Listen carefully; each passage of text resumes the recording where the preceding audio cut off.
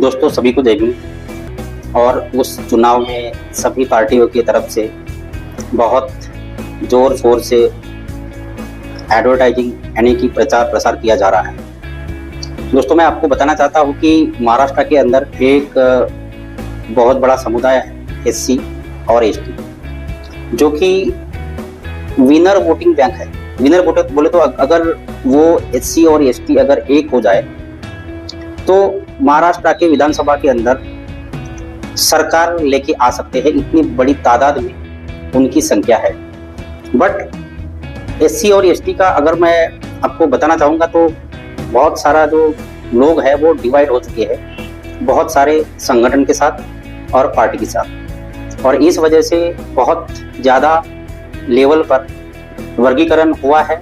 और जो एकता होनी चाहिए, जो ताकत होनी चाहिए, वो ताकत जो है दिख नहीं रही है। और यही कारण है कि एससी और एसटी के ऊपर बहुत बड़े लेवल में आज के तारीख में अन्याय हो रहा है। और उस अन्याय के खिलाफ आवाज उठाने के लिए कोई भी नेशनल पार्टी सामने नहीं आ रही है।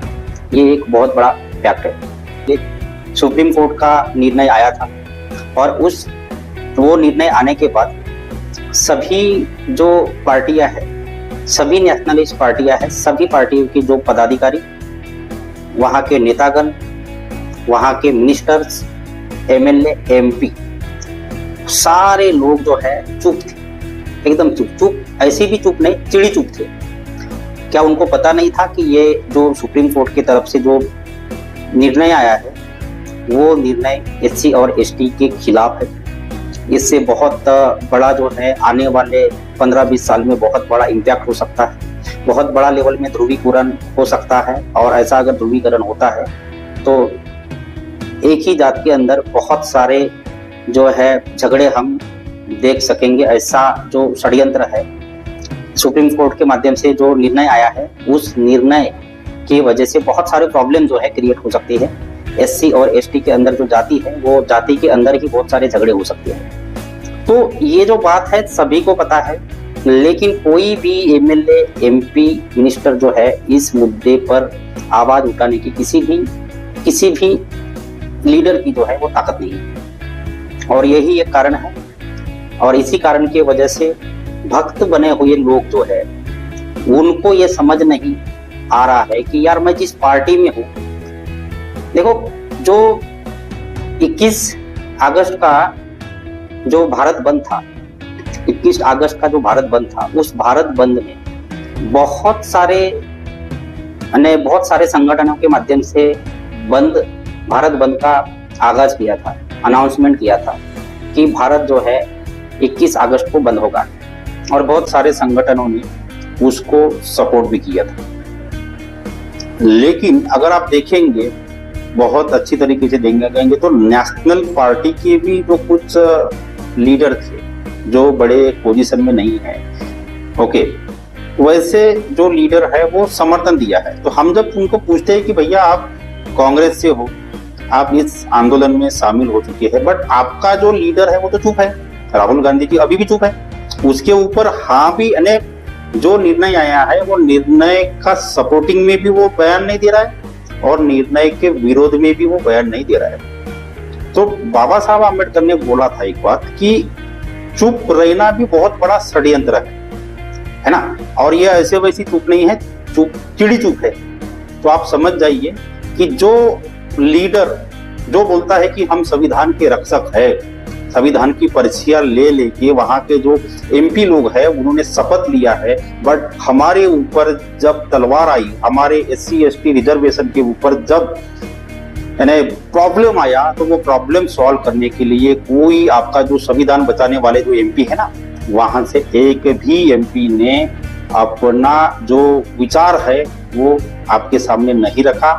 और ना ही वो सब सरकार के खिलाफ हुआ और ना ही वो सुप्रीम कोर्ट के खिलाफ हुआ। इसका मतलब क्या है? इसका मतलब यह है कि उनको वो जो निर्णय है उस निर्णय का समर्थन करना है।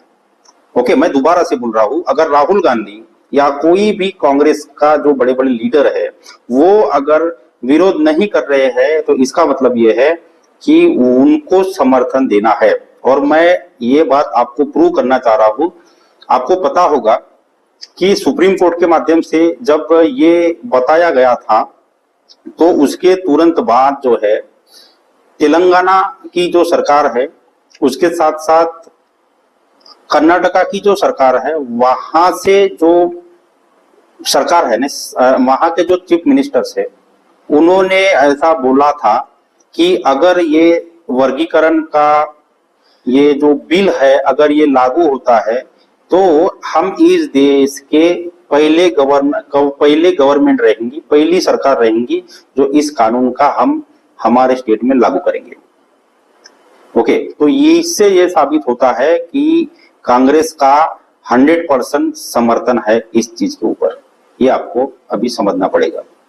नौटंकी बहुत सारे लीडर्स के माध्यम से किया जाता है, बट पीछे के दरबार से जो है वो नौटंकी किया जाता है। लेकिन यहाँ पे तो भाई आपका आंख जो है आपके ही आंखों में, सॉरी, आपके जो उंगलियां है आपके ही आंखों के अंदर वो डाल रहे हैं, लेकिन हमको पता ही नहीं चल रहा है। तो ये चीज जो है ये षड्यंत्र हो रहा है, और इस षड्यंत्र को हम लोगों ने अच्छे से पहचानना चाहिए। जो गलतियां हमारे से हुई थी लोकसभा में, वो गलती अभी दोबारा नहीं होनी चाहिए। तो मैं चाहता हूं, आपको भी पता होगा कि सुप्रीम कोर्ट का निर्णय आने के बाद सारे जो लीडर्स है, सारे पार्टी के जो लीडर्स है एकदम चुप थे। चुप में भी ऐसी वैसी चुप नहीं, चिड़ी चुप थे। लेकिन इस भारत के अंदर एक लीडर सामने आई, और वो है बहन कुमारी मायावती जी, जो बहुजन समाज पार्टी की राष्ट्रीय अध्यक्ष। उनके माध्यम से जो है प्रेस कॉन्फ्रेंस लिया गया, और प्रेस कॉन्फ्रेंस लेने के बाद सारे भारत में उन्होंने ऑर्डर किया, यानी एक निवेदन भेजा कि हम लोग जो है हमारी पार्टी जो है इस बिल का विरोध करेंगे। और सारे जो देश भर में सभी जो सेक्टर है, सभी सेक्टर को उन्होंने एक मैसेज दिया कि 21 को हम भारत बंद करेंगे। और वो भारत बंद उन्होंने ऐलान करने के बाद बहुत सारी जो संगठन है, संगठनों ने भी जो है वो अपना जो बात है वो कहा कि हम लोग भी 21 अगस्त को हम लोग भी जो है भारत बंद को समर्थन देंगे। और बहुत बड़े पैमाने पर पूरा भारत में भारत बंद का जो आंदोलन था वो सफल हुआ। मैं आपको बताना चाहता हूँ दोस्तों कि जब SC और ST के ऊपर जब तलवार आती है, तो ढाल बनकर जो है बहुजन समाज पार्टी ही सामने आती है। ये बात आपको ध्यान में रखना है, किसी के बहकावे में नहीं जाना है। बहुत बड़ी जो गलती है हम लोगों ने किया था लोकसभा के इलेक्शन में, एक बहकाया गया था हम लोगों की कि संविधान भारतीय जनता पार्टी के माध्यम से संविधान वो चेंज करने वाले, ये ऐसा झूठी अफवाह जो है भारतीय जनता पार्टी के माध्यम से, ये राष्ट्रीय कांग्रेस राहुल गांधी वाली जो पार्टी है उनके माध्यम से जो है वो किया गया था। और हमारे जो समाज के जो लोग है, SC ST समाज के जो लोग है, वो डर गए और डर के मारे जो है उनको समर्थन दिए, क्योंकि वो चाहते थे कि यार अगर बीजेपी आएगी तो संविधान चेंज करेगा। ये डर की वजह से उन्होंने सारे लोगों ने कांग्रेस को समर्थन किया। और कांग्रेस को समर्थन करने के बाद आपको पता है कि उसका जो परिणाम है आपके सामने दिखा, क्योंकि जब सुप्रीम कोर्ट का जब निर्णय आया तो उस निर्णय के खिलाफ आवाज उठाने की किसी की भी ताकत नहीं थी। और उन्होंने अपना जो ओरिजिनल चेहरा है जनता को दिखा दिया। तो मैं आपको याद दिलाने के लिए ही ये वीडियो बनाया है। इस बात का आपको अंदाजा लगा होगा कि कौन हमारे साथ है और कौन हमारे विरोध में है। तो इसी बात के साथ मैं मेरे जो आज की जो विचार है, जो मेरे मन में आया था बहुत दिन से कि मैं आपके सामने शेयर करूं, आपके साथ शेयर करूं। और ये जो मेरा प्रेजेंटेशन है आज का, तो आपको कैसा लगा, आप क्या बोलना चाहेंगे इस बारे में, आपकी राय जो है आप कमेंट सेशन में आप अपनी जो बात है, अपनी जो विचार है वो आप शेयर कर सकते हैं। और अगर अच्छा लगे वीडियो तो शेयर करें, उसके साथ साथ वीडियो को लाइक करें, और हो सके तो मेरे वीडियो को नहीं, मेरे चैनल को आप सब्सक्राइब कीजिए, ताकि जो भी मेरा नया वीडियो आएगा तो आपको उसकी नोटिफिकेशन आए, क्योंकि बहुत सारे वीडियो जो है वो मैं बनाने का पूरा प्लानिंग है। Thank you.